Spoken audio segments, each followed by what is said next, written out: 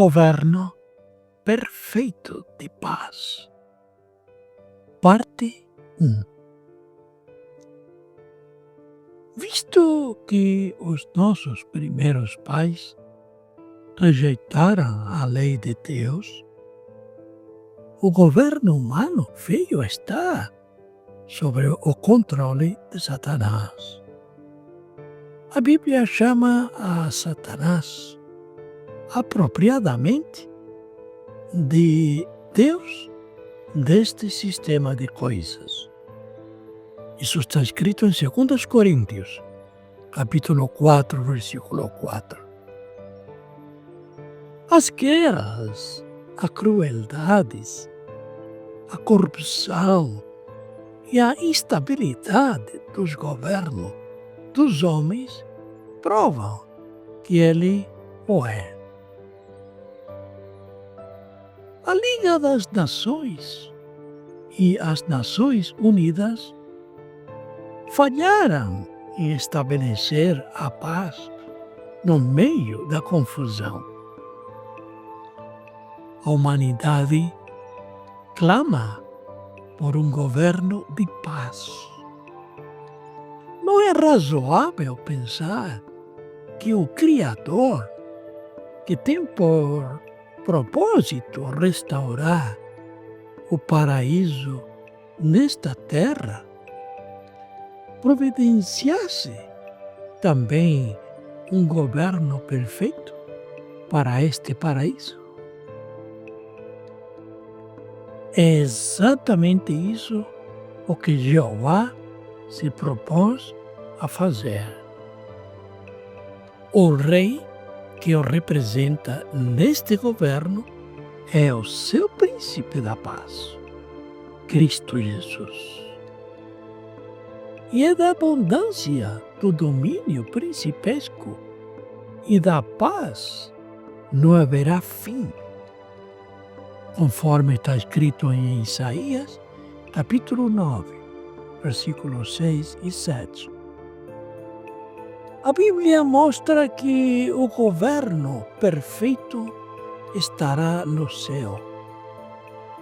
Desta posição vantajosa, o Rei Jesus Cristo governará eficazmente toda a terra em justiça.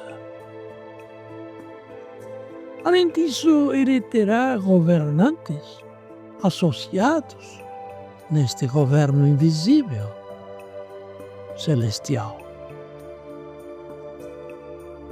Estes são escolhidos dentre os humanos fiéis, seguidores de Jesus, que ficaram com ele nas provações e dos quais ele disse: eu faço convosco um pacto, assim como o meu Pai fez comigo um pacto para um reino. Isso está em Lucas, no livro de Lucas, capítulo 22, versículo 28 e 29. Apenas uns poucos dentre a humanidade são levados para o céu, para governar com Cristo Jesus. É similar às nações atuais, nas quais apenas alguns são escolhidos para governar numa dieta ou num parlamento. A Bíblia mostra que Jesus Cristo terá apenas 144 mil governantes associados, de modo que o reino de Deus, ou o governo celestial, consiste em Jesus Cristo e 144 mil pessoas levadas da terra para o céu. Isso está registrado no livro de Apocalipse, capítulo 14, versículo do 1 ao 4. E também o capítulo 5, versículo 9 e 10. O que dizer da terra?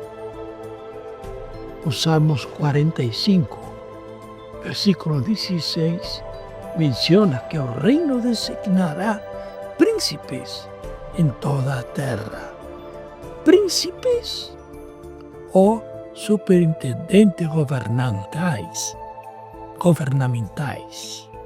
humanos serão nomeados pelo céu por sua profunda devoção a princípio da justiça.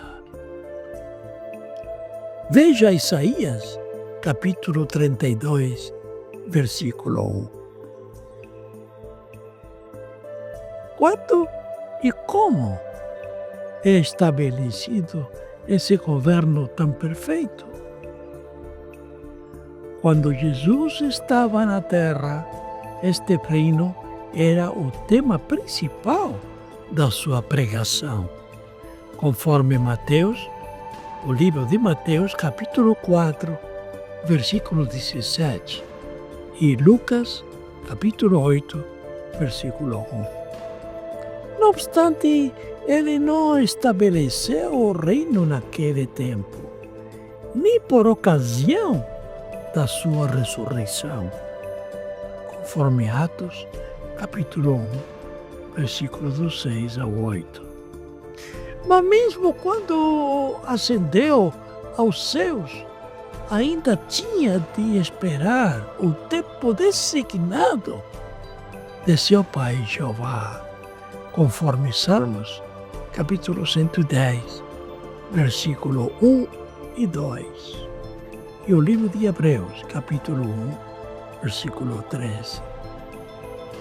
A profecia bíblica mostra que este tempo designado veio em 1914, da nossa era comum.